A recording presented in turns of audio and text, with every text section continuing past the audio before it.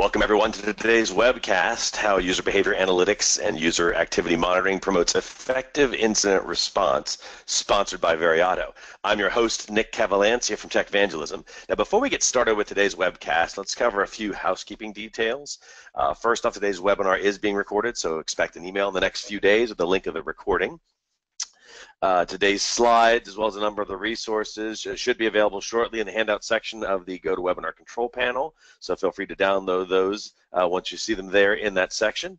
And then lastly, we encourage you to ask questions throughout the webinar. We're going to cover those questions at the end of today's presentation, but it's good to use the question section of the control panel throughout the webinar. That way you've got the question nice and contextual based on what you're thinking about, what you're hearing in today's webcast, and make sure you submit any questions that you have, and again, we'll take those at the end of the webcast today.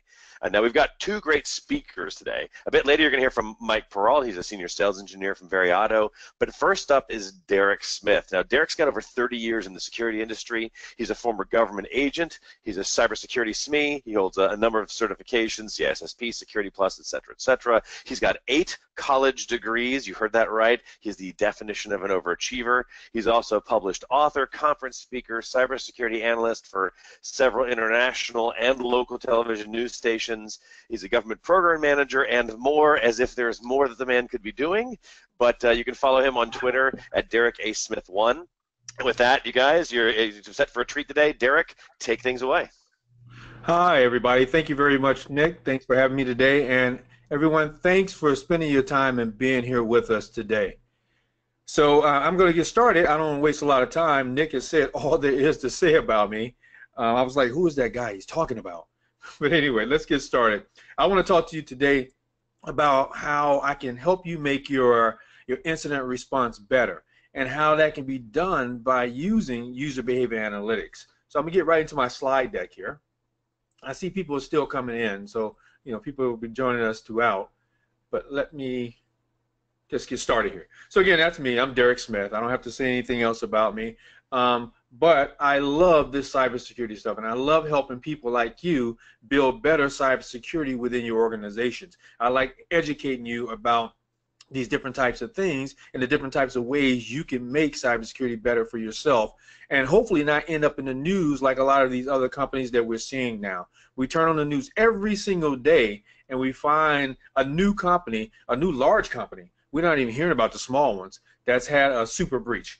We look at Uber just last week. 57 million records were lost, were stolen. They weren't lost, they were stolen. 57 million. We hear about Experian and Equifax and Sony and all these things. We don't want to become the next victim or the next news story. So let me tell you how we can respond to some of these incidences as we run across them. Now, first, let's just talk about incident response in general and what we're seeing in the numbers out here in the market today and what's happening out here.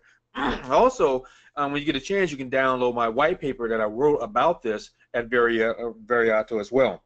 But most insiders, they're not doing it for bad reasons. They're not making mistakes. Well, I won't say making mistakes, but taking your information for nefarious reasons or by intentional reasons. Okay.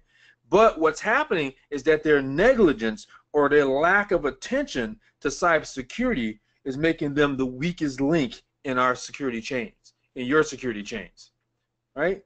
So, for example, look today at the news headlines. We see about ransomware every day. And as a matter of fact, when I talked about Uber, they were taken by a ransomware attack.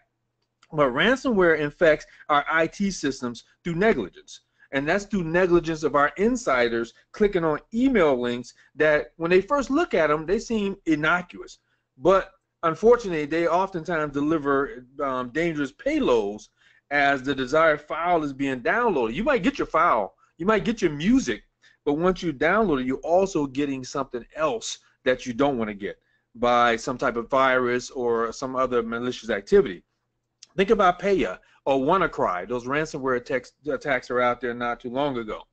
So if you look at the slide I have in front of you, this shows you who those individuals who threaten to secure your IT system are and your network and your digital assets. And if you notice in the orange section, it says here that only 38% of threats come from attackers outside the organization. Now, I'll say this, 38% are a lot of people, but only 38% comes from the outside. And what does that mean to us? That means that a whopping, I have 60%, but a whopping 62% of all cyber incidents are caused by insiders. And let me kind of break that down for you a little bit of how that works out. So only 38% of the threat, you see that again in orange, comes from outside, right? So 2% comes, which is the green section, comes from what I call credentialed imposters. And those are criminals posing inside your company as employees. And you know, I spent 18 years as a federal agent, so you might sit there and think, well, nobody does that. Nobody poses inside an organization or comes to get hired just so that they can steal our intellectual property. But let me tell you this, as a former federal agent, that is not true. That does indeed happen. So a credentialed imposter is an individual who sought and gained employment within your company, and their main reason, their main purpose is to infiltrate your company's security and access your confidential and other digital assets. Okay. Now, usually they're not going to be the vice president or someone big that's going to stand out. They're going to be those low-level employees. I don't mean stature or anything, but they're going to seek out jobs where they're not going to be noticed. They want to be able to hide in plain sight, and then they walk around and they're going to be stealing things. So while employed, they're going to seek to access your digital assets, as many of them as possible, so they can covertly swindle or manipulate or steal or by other means acquire increasingly higher system access credentials from you. 14%, as you see highlighted by the yellow, comes from insiders with criminal or malicious intent, people who intend to harm you. Let's face it, some of our employees have bad attitudes, or they develop bad attitudes over time. And these individuals, even though they're a minority, they can pose a significant risk to your organization because they intend to use their authorization and access to assets for their criminal or malicious purposes.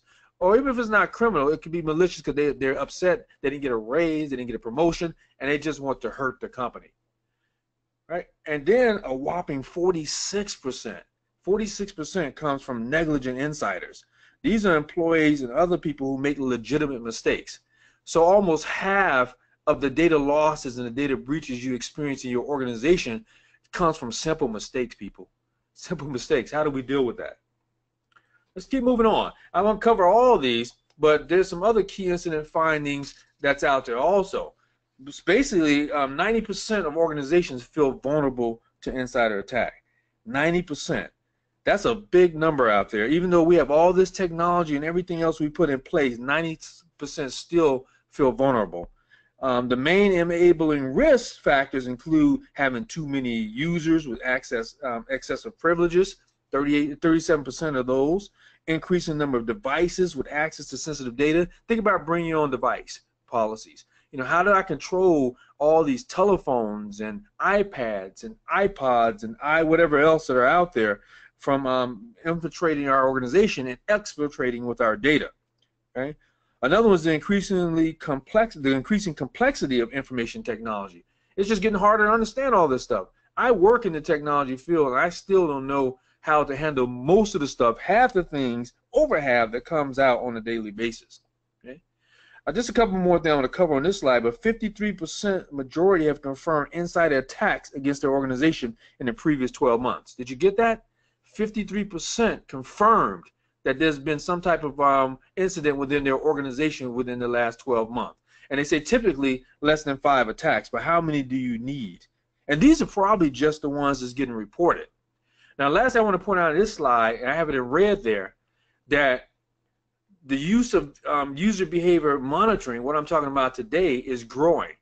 People are starting to get it. People are starting to know that I can't only spend money on outside activities, I have to spend money looking at what's happening inside my organization also. So 94% of organizations now deploy some method of monitoring users.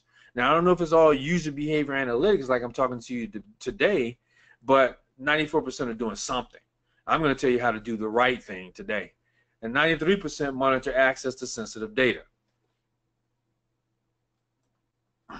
So let's look at some of the consequences that we have with all these different things that's going on, with people trying to get into our organization, with insiders being a threat, 46% of people making mistakes. What are the consequences? Well, 56% purposely initiated with criminal or malicious intent. 56% of incidences were done because they wanted to do something criminal or they wanted to do something malicious. And now I'm talking just about your insiders here, okay? I'm talking about people who work for your organization. The result, 23 significant asset-threatening cyber incidents happening every year, okay? And that's a lot. 23. How many does it take in your organization to be the one that puts you out of business? Especially if you're not a large organization that can weather the storm. Think about this. When you go and look at an organization getting a threat, what is a breach, what is the first thing they do? A lot of them give you services where you can check your credit for a year or something like that. Let me think about this. Uber has 57 million records that were compromised. So let's say 50 million of them were employees that I have to, I mean, not employees, but customers that I have to give Equifax or TransUnion or something to. How much money is that costing my organization? That's not even taking into consideration whatever was stolen, if anything was stolen. 26% probability of material data loss in your organization. And the cost of a data breach, get this, the cost of a data breach could hit the $4 million mark. So yes, I'm trying to give you these numbers because I want to scare you, because it is scary. I want you to think about the different activities that's going on out there, and I want you to think about the things that you can do. You know, the investment you make in trying to stop these types of things from happening is probably nowhere near what you would pay for just one data breach should it happen. And I hate to be cliche, but what do they always say? It's not if it's going to happen, it's when it's going to happen. And you want to be prepared for when it does.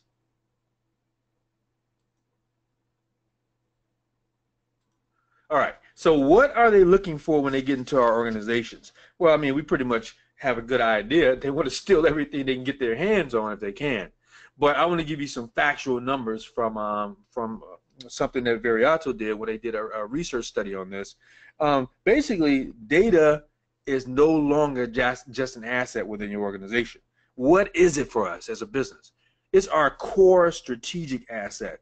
And some types of data are more valuable than others, of course, right? One of the most important things I tell people they have in their list, in their organization, is their customer list. If everything else fails, if I still have my customer list, I could be back in business pretty quickly because I can contact them again, make some more sales. So it's going to be more valuable than, say, you know, I don't know, Derrick Smith's name on as the janitor working for the company. I can't think of anything right now, but what I'm trying to say is that if you look here at the slide, your confidential business information, which encompasses your company financials along with your customer and your employee data that I just spoke about, that is a highly strategic asset, and it has a high value for you, and it's also a high value target for people who want to get their hands on it. Again, and in the study that they did, confidential business information this year, 57% takes the top spot as the most vulnerable to insider attack. I'm not talking about people on the outside, insider attack. Because your people know what you have inside. They know where the goods are, they know where the keys to the kingdom are, and they know how to find them, and they're already inside, so it's easy for them to get their hands on them. And by the way, when I talk about insider, not just your people, but remember those infiltrators, when they get user credentials and they look like they're on the inside, they're part of the threat as well. That's followed by 52% of your privileged account information. Privileged accounts are also very important for protection. Followed by intellectual property, employee data, and your operational and infrastructure data falls into place there as well. Your biggest enabler, what's causing these problems to happen? Why is it happening? Now, I want to preface this by saying this. Most of you, if not all of you, listening to this call are pretty cybersecurity savvy. You know, we feel like we got it together. You know, I've been doing this for 30 years now. I feel like, hey, I got it together. I know what I'm doing.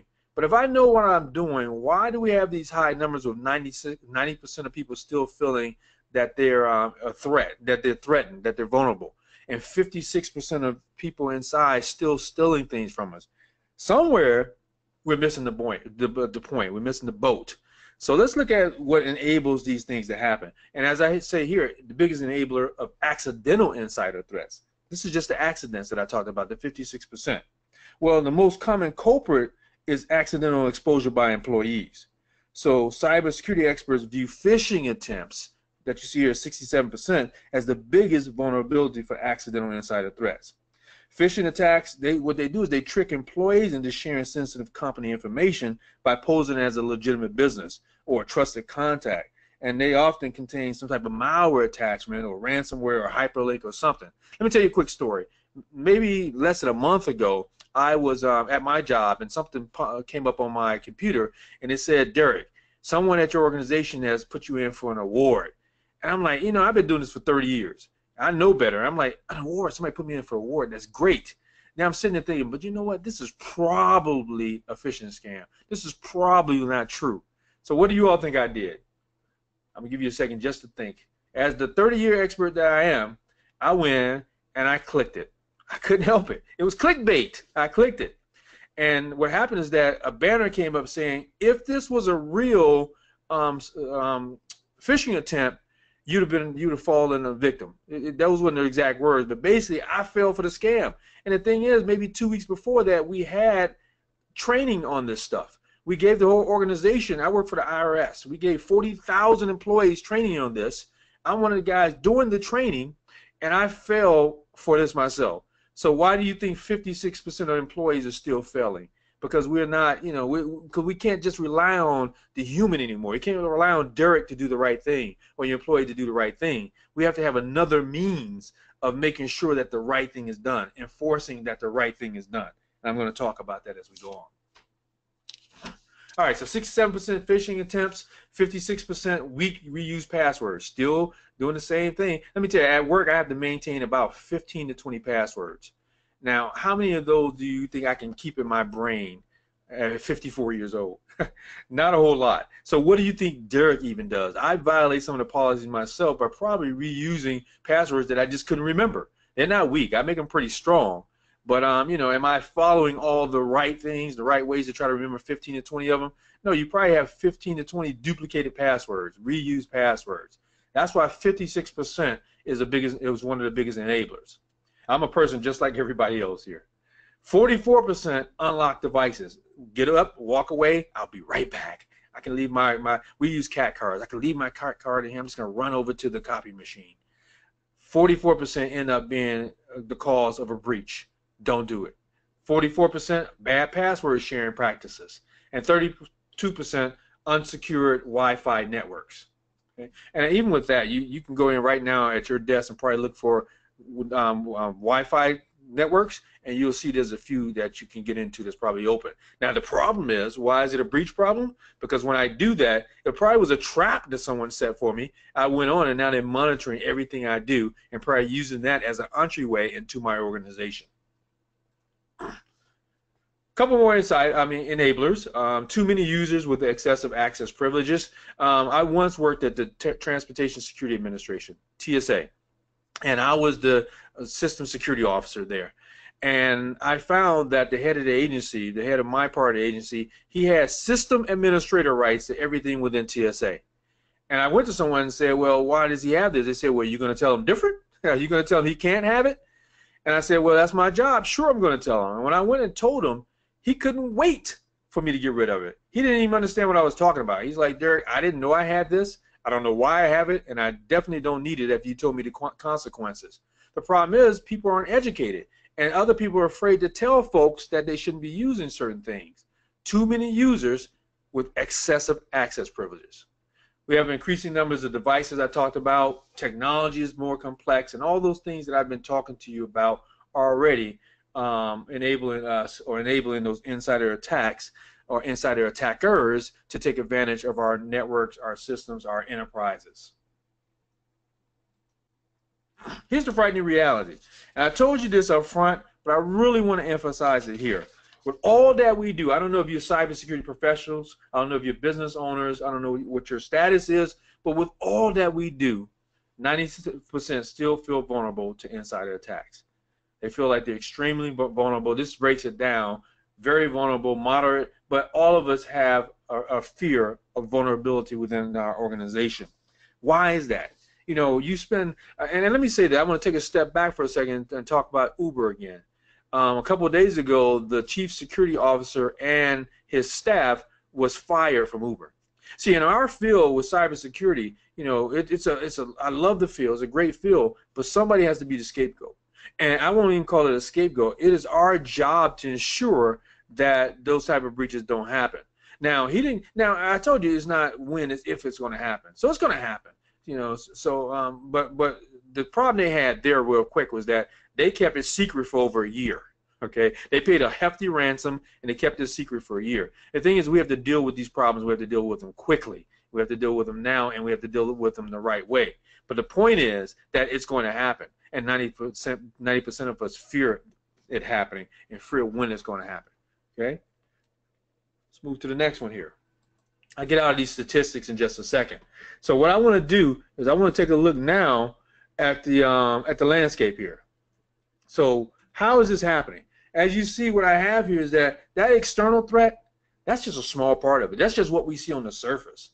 What's really happening, what's really costing us, is happening behind the scenes, that insider threat. Number one, I won't say number one, I want to rank these, but privileged users. And those are the folks that we give the keys to the kingdom to. They need access to do their job. But what I've seen oftentimes in organizations is when I go to do an inspection, the privileged user, they have a user's account and they have a privileged user account. And I'll observe, and these guys will be surfing the net. They're sitting there bored, number one, right now. They don't have a call. They're surfing the net, and they're doing it with their privileged account because the user account is probably blocked. They can't go see the things they want to see and do the things they want to do online, so they use their privileged account. So if a bad guy compromises that account, now they become, guess what? A super user themselves, a privileged user in your organization, just like that system administrator. Third parties. Target happened because of third-party activity. You know, Target can spend millions of dollars. Sony can spend millions of dollars on security measures. But is the air conditioning company that has access to your network spending that amount of money? Is the janitorial service that can log in and do their time sheets or whatever on your system, do they have that kind of protection? We have to see what our third parties are doing. And we have to ensure that they're taking the same type of measures that we take. But the thing is, they become an insider. They're inside our organization.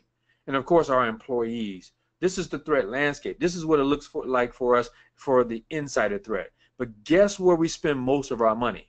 Our money is spent looking at the outside.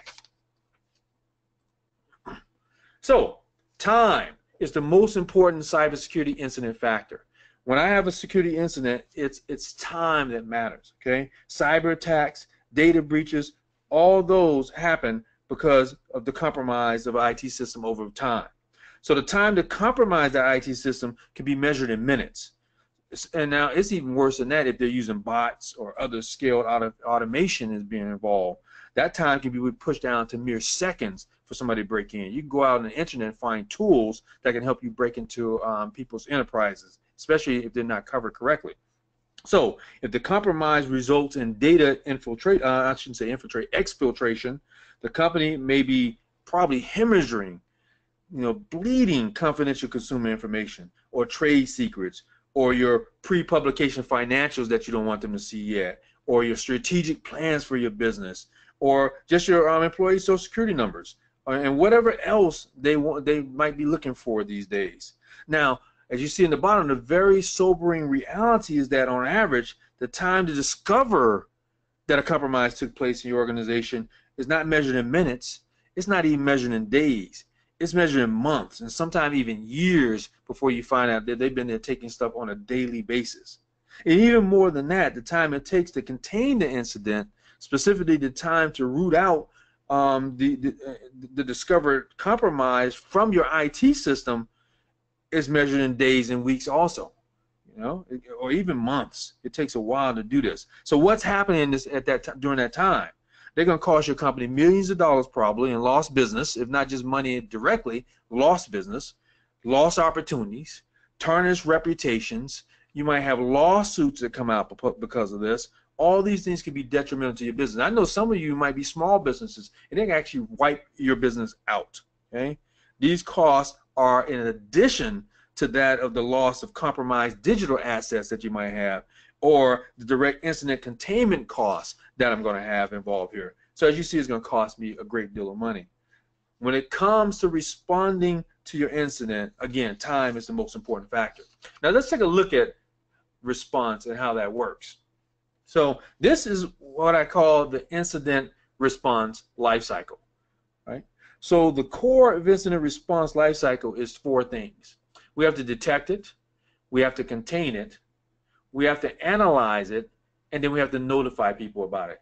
And yeah, you do have to tell people. I have to tell you that you can't wait a year like happened with Uber and a lot of other organizations. It's just not Uber. I'm just using them because they're the most recent incident.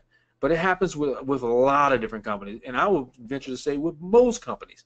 I work for Booz Allen, and I worked for Computer Science Corporation. I would go from organization to organization versus both government and commercial and see these same type of things repeated over and over again.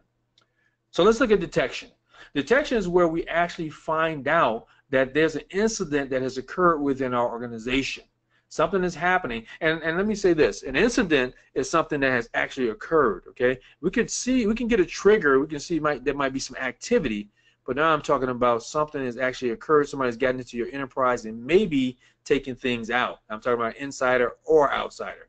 So it says that it takes 69 days. This is the average amount of time from incident occurrence until discovery. On average is 69 days. Now, if you work in the healthcare field, it's 114 days. And non-healthcare is about 46. Why more for healthcare? Because healthcare is mostly concentrated, I'm just thinking, this is from Derrick, mostly concentrated on healthcare and not IT security. So they might not have the right people or the most sophisticated people to detect these type of things. They probably don't have an incident response team or incident response center at the hospital like some of the other companies might have. Now, I'm just guessing that, and I'll say this, healthcare is becoming more sophisticated and are starting to see how they need to do these things. But 114 days for them to detect it.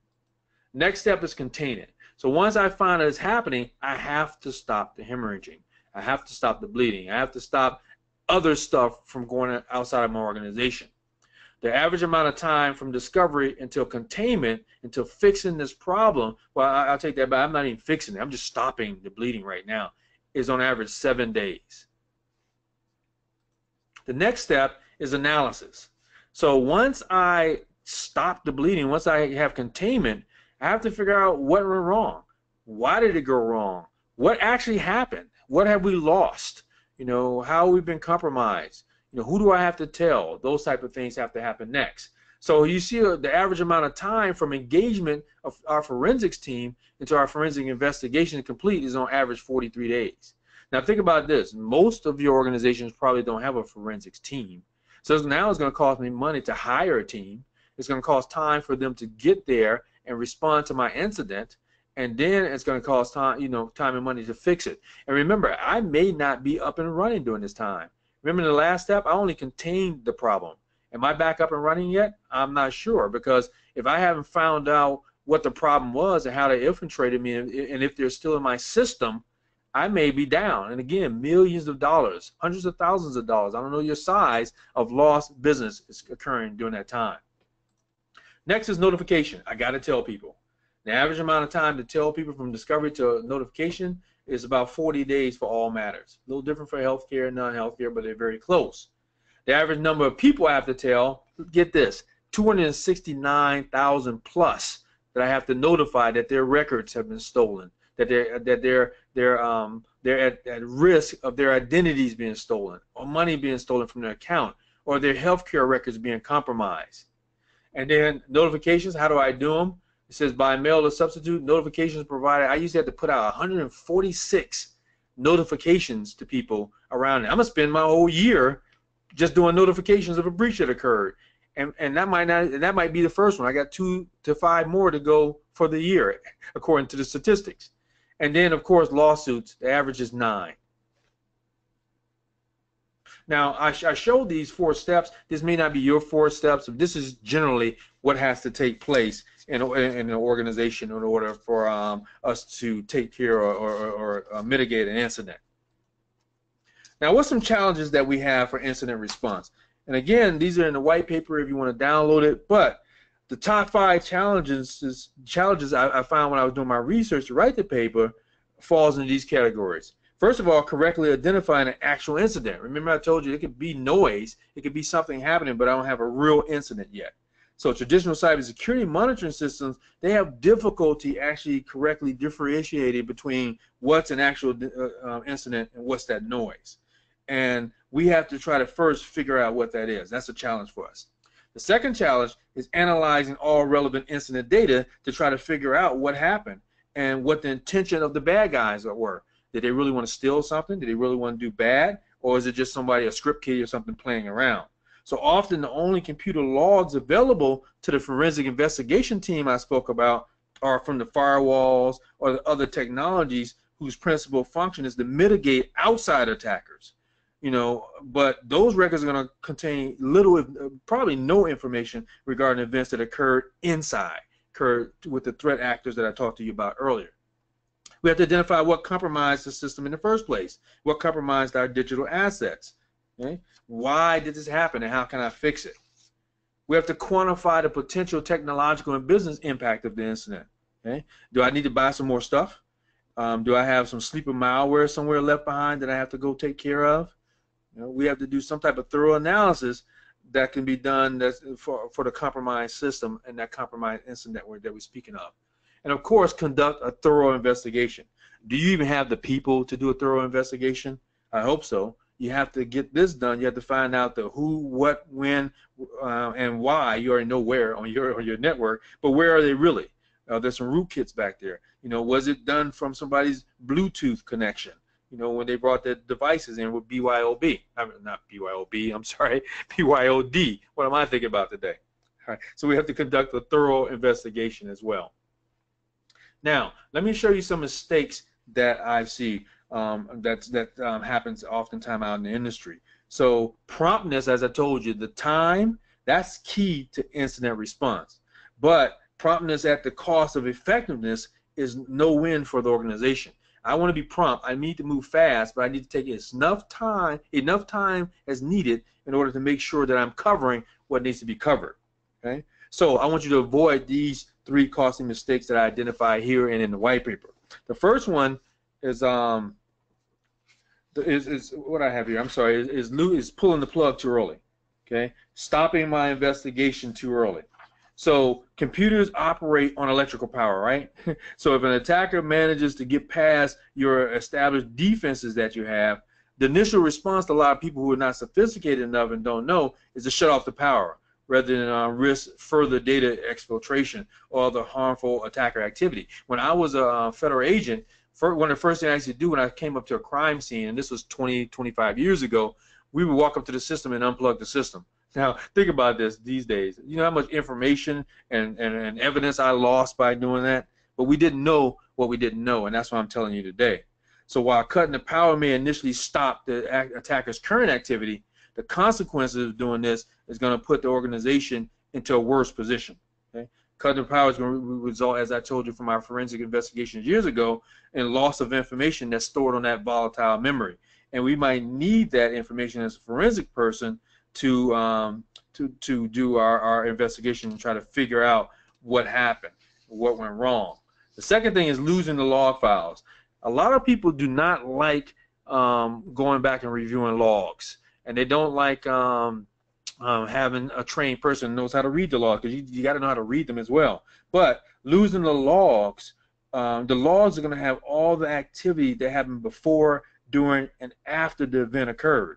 Okay, when it comes to identifying the actors who did this stuff and the intent behind the incident and what containment was necessary, those logs are going to be very valuable to you. Now, some bad guys go and they try to alter or delete your logs, so you have to have protection there too. But I'm just pointing out the logs are very important, and that's one of the mistakes people make, losing those logs.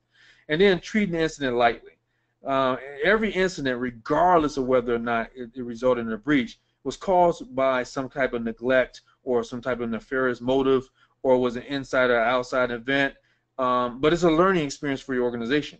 You need to take those lessons learned, and you need to learn more about how you can prevent this from happening the next time. You need to know how to put your defenses up so you can make sure that a breach does not occur in the future. So this learning phase, this collection of information phase, is going to be very, very important for our organization. Getting those logs, very, very important for our organization. All right, now I know I'm beating that to death, but it's important for me to make sure that you understand that. Real quick, not real quick, not too quick, but 9 components of how you can be compromise ready. And now let me do a drum roll. This is what we've been waiting for. How do we make sure that these type of compromises do not happen? Now, the first thing I have up here is what I want to talk to you about today, and that's using user behavior analytics and tools and solutions to try to figure out what's happening before it even happens. Think about the movie Minority Report with Tom Cruise, where they would get this ball down or whatever it was, and it would tell them that someone is going to commit a crime even before that crime was committed. Now, they took it to the extreme in the movie, and they went and arrested somebody for a crime that they haven't even committed yet. But the thing is, we could probably step in and put something in place or do some type of intervention that can help us avoid insider threat or insider activity or problems before they become an issue. Okay. Another thing we have here is preventative and detective security capabilities. We want to be able to detect and prevent things. Well, first of all, prevent them from happening in the first place using UBA and UAM if we can, and then making sure that we detect when a problem does occur. Okay. We need to gather that threat information. We need to do personnel awareness and training, and not just once, not just that once a year training, not just hanging a sign up in the lunchroom, but we need to do things where we can touch them multiple times. I'm an educator. I've been teaching for over 30 years in college and university. You have to have multiple touch points in order to change behavior. And what we're trying to do is change behavior with our personal awareness and training. Not just teach them or entertain them, but you want them to not push on that thing that I selected when I thought I had an award. You want them to do better than I did. But we have to do that by constantly training folks, constantly going back to them. Proactive security assessments. Do our assessments. Focus on identifying the location of your critical assets, know where they are, and then implement safeguards that's going to protect them.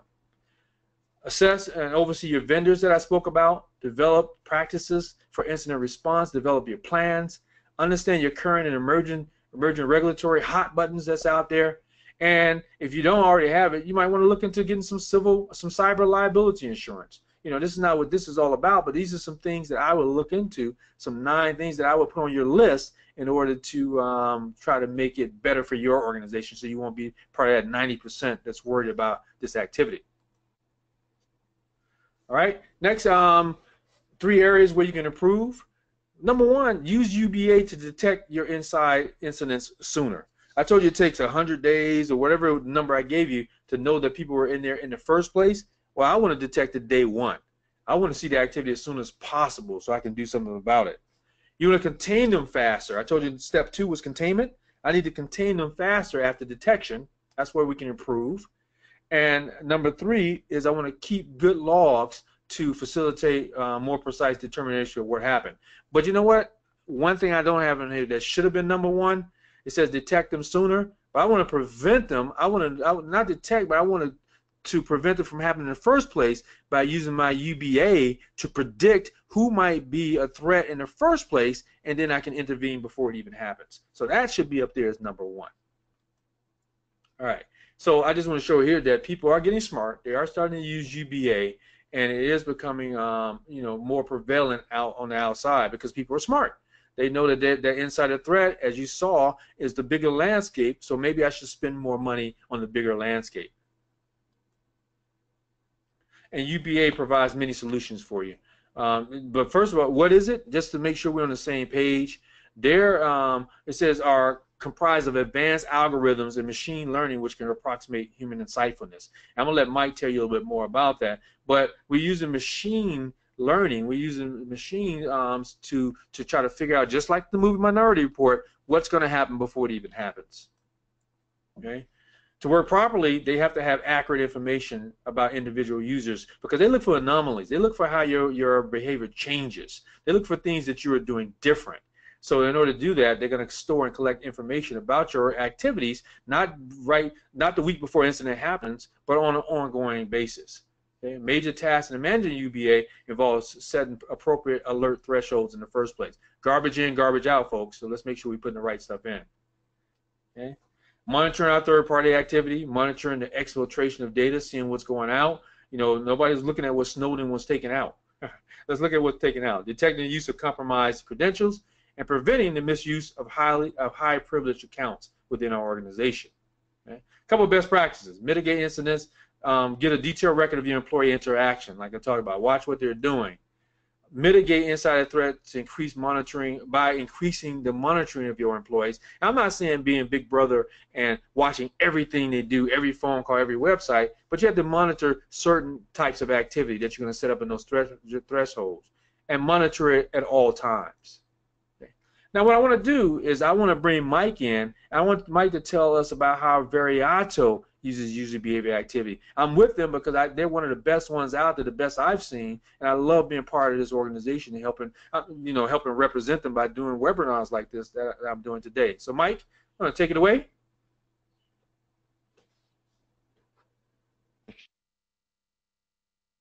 Mike might be on mute. He should be coming on any second now.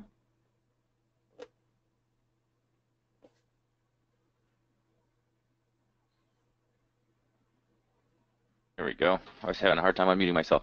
Let me go ahead and change my screen over here.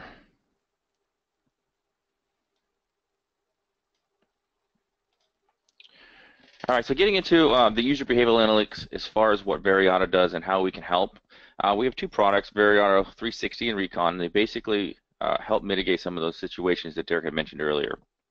The main thing I want to focus on in the beginning here is how Veriato Recon can actually utilize advanced machine learning in those algorithms to give you a detailed statistical analysis to discover some of the potential insider compromises that he was speaking of. Most of the time we can do this before it happens. We can also start recording and telling you with alerts that it's actually happening at that time as well. Most organizations don't have anything in place for user behavioral analytics. A lot of their stuff, they have traditional defenses for security technology, but they can't detect some of these insider threats let alone predict some of these actions from happening ahead of time. That's where the machine learning and the computer learning comes in handy, that we can actually have advanced algorithms to give you this information. What we're doing with Veriato's 360 Recon, we're monitoring every user that's in the environment. So we're automating what's happening out there. We're automating some of these processes. We're actually monitoring what's actually happening for those users, or anything that happens on a machine based on a keyword alert or something that's typed on a keyboard, or emails that are being accessed, or websites that we're going to. We can set up alerts and monitor users based on some of that behavior. Based on that behavior, we can do things in the environment as well. So if somebody goes in and is going to a website a certain amount of times, or is, they're accessing things that they shouldn't be accessing, we can alert whoever needs to be alerted about that information, and they take the necessary precautions to mitigate some of those risks that are out there as well.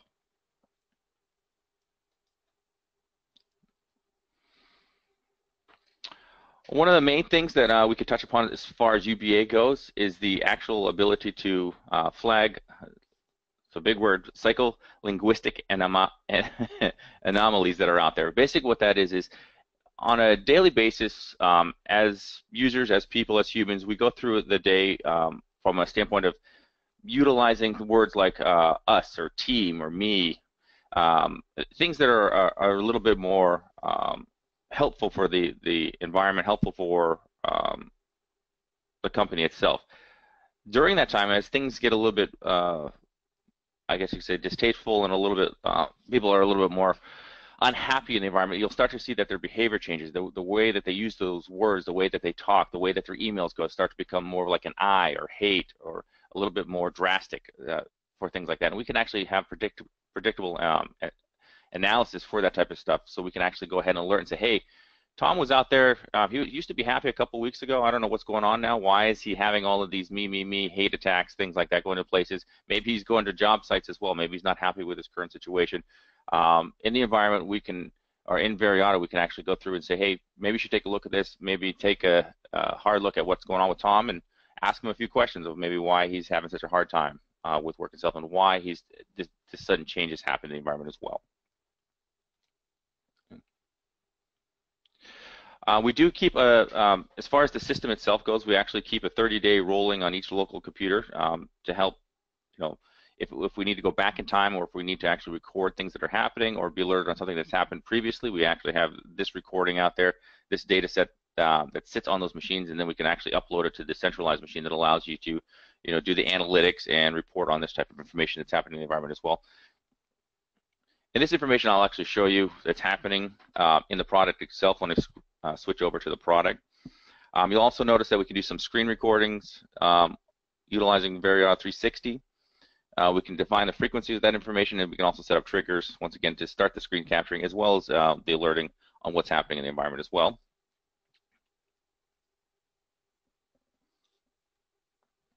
And this basically just gets to the point where you can actually be proactive in the environment for these types of threats, anything from a user behavioral analytics standpoint or things that you want to be monitoring for in the environment when users are accessing sensitive information or keywords that you want to be alerted on. We can help mitigate that type of information and try to be a little bit more proactive of what's actually happening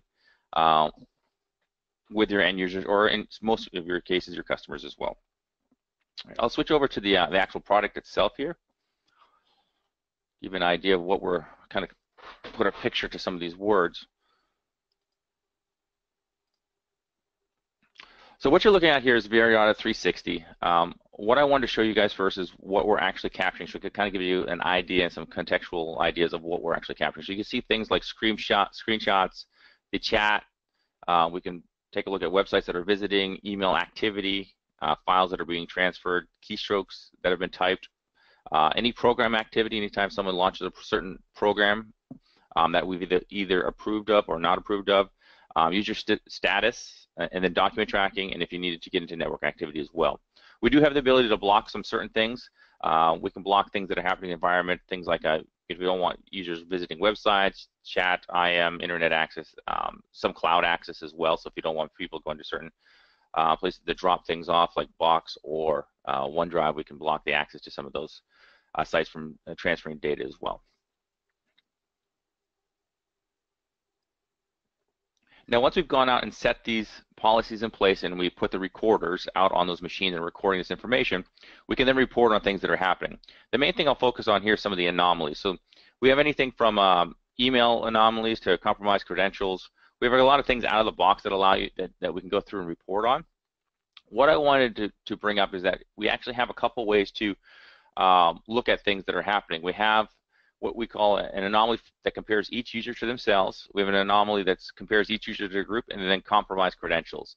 The compromised credentials basically just goes through and says, okay, if you have a user that we stipulated, or if we want to monitor all users that do certain things in the environment. So a user is logged on normally, hasn't logged in. Typically, this is going to be if you have users that log in one place and then all of a sudden, for some reason, log in somewhere else at the same time.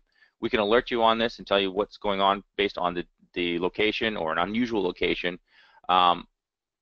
Normally, most people aren't going to be logging into a server or something from two different separate locations. When this does happen, most of the time you should be suspect of something happening in the environment, and we can alert you on that type of information. When we start getting into the users on users or any sort of anomaly like that, this is basically setting up the same set of settings. We can go through and say, okay, we want to compare each user to themselves. So what this basically means is that Tom, for instance, keep picking on Tom, but Tom does things a certain way every day. He comes in, does, sit down, has his coffee, answers a few emails, does this, does that, copies files over here. He has a normal task. When he goes out of that that normal daily task, when his threshold is a little bit out of the 5% deviation, we're going to go ahead and, based on that activity that we're monitoring, set up an action. In this case, it's going to be sending out an email to maybe his boss and saying, hey, you want to take a look at Tom? He's doing things that aren't normal. This could be Tom's fault, or this could be some sort of insider threat as well. It could be Tom having an being an insider threat as well. You could be crypto locker. It could be anything that's compromising his credentials or him as well, that he's doing things that are out of the norm. With a crypto locker, you're going to see files being copied extremely fast and then being encrypted. You're going to see things being copied from point A to point B. If he's going out, and Tom in this case, if he's going out and accessing things and copying things over a lot quicker than normally, it's probably not Tom doing it. It's probably not humanly possible to copy things at the speed that he's doing it at. So we're going to allow you to be alerted on those types of abnormalities that are in the environment as well. Now, the group one, this basically allows you to compare a user to a group. So if you have a user that's in a group, let's say a sales group, most of the time those users in that sales group are going to be doing the same thing, pretty close to the same thing. What we're doing here is we're saying, okay, we're going to compare all these users in the group to each other. Now, if a user in this group acts differently or does something differently than the users that are in that group, we want to be alerted on that. So you can see here some of the things that we're monitoring for the activity inside that group. It could be number of sent messages, overall size of email sent, sentiment. So if anybody starts to do anything different from the group that we're comparing them to, we're going to go ahead once again and have an action of sending an email out to a manager or a boss or whoever the case may be, say, hey, you might want to take a look at Tom once again. He's doing something a little bit different than the rest of the users in the sales group. That could be something that's nefarious, or it could also be something that is just, hey, maybe Tom doesn't belong in this group. He does something different. He maybe should have access to different things in the environment as well. Okay. Now everything inside here, inside of 360, we have some dashboards, some alerts, some reports as well. If you start getting into like the keyword alerts, this allows us to correlate that data that we've collected, give you a graphical representation of what's happening out there, but it'll also let you see things that people are accessing. So if you want to see something like Dropbox, who's accessing Dropbox, we can see who's accessing Dropbox, what they're doing. We also can excuse me, have a screen capture of that information as well. We can watch what's happening when they go to certain places in the environment. So in this case, we've got some torrents happening here. We can record exactly what's happening on the screen for this user at that time that we've set up this alert for. So as soon as this alert kicks off, we can go ahead and monitor the user's screen and show what's actually happening during that time, whether it's be for our internal viewing so that we could figure out what the user was doing, whether it was good or bad, or if we actually need to set up a case and have this stored aside for some sort of legal ramification later on. The one thing that we do have with screenshots that we've added in the latest release, we actually have the ability to go kind of back in time, so to speak, during the actual monitoring process on the workstations or the machines in general.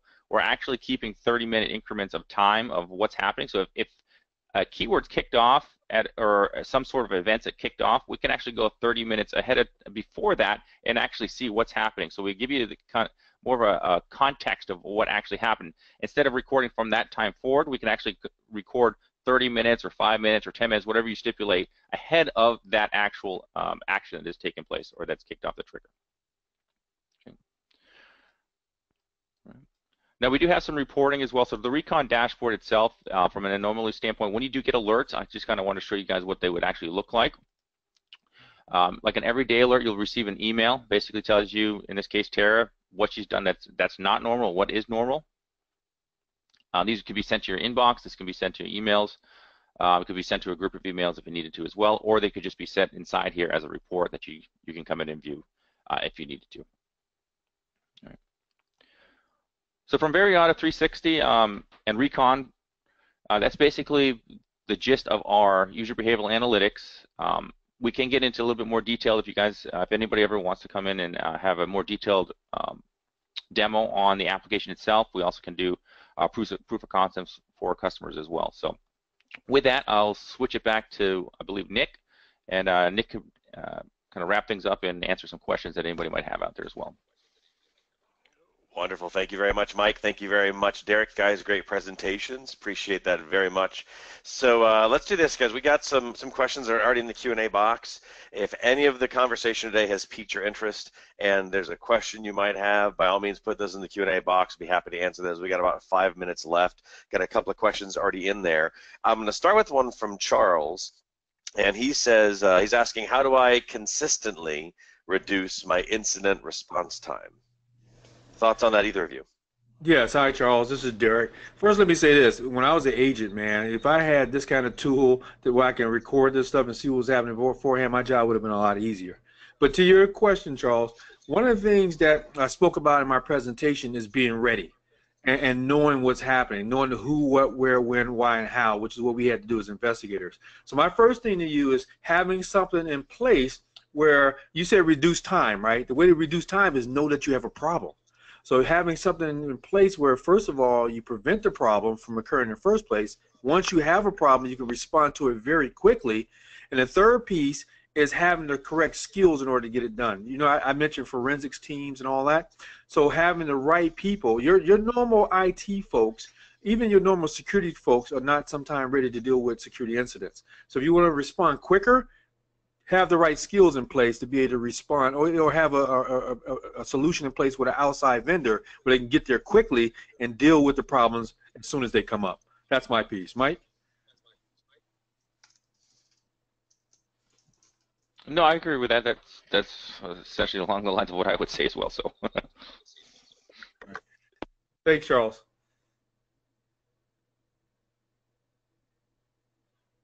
Nick, anyone else? Sorry, I put myself on mute instead of taking myself off of mute. Apologies. So the next question is, what should our incident response plan be for a virus or any kind of attack like that? This is Derrick. I'll take that first. And basically, I'm going back to the presentation again. There's four main things that I think you need to have in place, and not just for a virus, but any type of incident or attack that you have. You need to be able to, number one, detect it. Number two, you need to be able to contain it some kind of way. You want to do an analysis of to see what happened. You want to do notifications to the folks that need to get them. Don't wait a year like they did with Uber. And here's the thing that I didn't have in my presentation, and you have to improve. You have to put measures in place, fixes in place to fix the problem that caused that breach in the first place, that incident in the first place. Mike? yeah, I'm going to go with your 4 pillars. That sounds about right. So, Mike makes this easy for me. oh yeah. That's good. Maybe you're making it easy for Mike. I like that better. The next question is, what's the difference between incident response management and disaster recovery? Interesting kind of twist on the topic. Well, see, here's the thing. People look at incident response and they look at disaster recovery, and sometimes they lump them together and don't understand them. So let me just kind of break it down real quick in 30 seconds. When you respond to an incident, there should always be what they call a recurrent assessment loop that's going to determine whether or not that incident is critical enough for you to warrant some type of disaster recovery activation. So remember I told you earlier that you have to make sure that you really do have an incident. We're going to have activities that's happening, but they might not meet your specification of an incident. And that's going to be up to each one of you all. It depends on what your organizational policy is. In that policy, you identify what an incident is. Then you determine whether it's an incident or not. Once you do that, that's when you move into disaster recovery mode. So your disaster recovery procedure activation is going to mean more resources have to come into place for that incident, and that you're going to have to probably spend more time, more days. Management is going to have to be involved. You have to put your story out to the public, all that. So the severity of that incident that you have is going to determine your appropriate response. Is it just an incident response, or is it now recovering from a disaster? That's my take on that. Right, and I think also your disaster recovery is going to be dictated based on the type of incident that it is as well. So that'll change based on the incidences that are out there. So. Back to you, Nick. All right, cool. Let's go back to the next question here. Can you outline actions to take in response to security incidents? I know you talked about this a little bit, but maybe just go back over that again, Derrick. Yeah, I know I'm beating a dead horse here, but again, you know, and Charles asked, how can he consistently do this and increase his time? By having those 4 pillars, matter of fact, those 5 pillars in place. I'm going to put 6 in there. Prevent it, detect it, contain it, analyze it, notify the right people, and then improve. Do your lessons learned and improve. That's how you're going to take the right actions. That's my outline, those 6 steps. All right, excellent. So it looks like we're at the top of the hour, so we're going to go ahead and make sure we respect the audience's time and close things out for today. Mike and Derrick, thank you guys very much for some great presentations today. Provided a lot of insight and a lot of detail. So thank you both. You're welcome. Thank everybody for attending. I hope to see you soon. Have a happy holiday, everybody, too. Yeah, so you guys in the audience, thanks for your attention today. Thanks for the questions that you asked. And if someone didn't get to a question, see a couple of them are just sort of piping in right now as we're wrapping things up. Someone from Veriato will reach out to you, make sure they answer your question. So thank you guys for your attention today. Hope you learned something, and we'll catch you on the next webcast. This concludes today's webcast.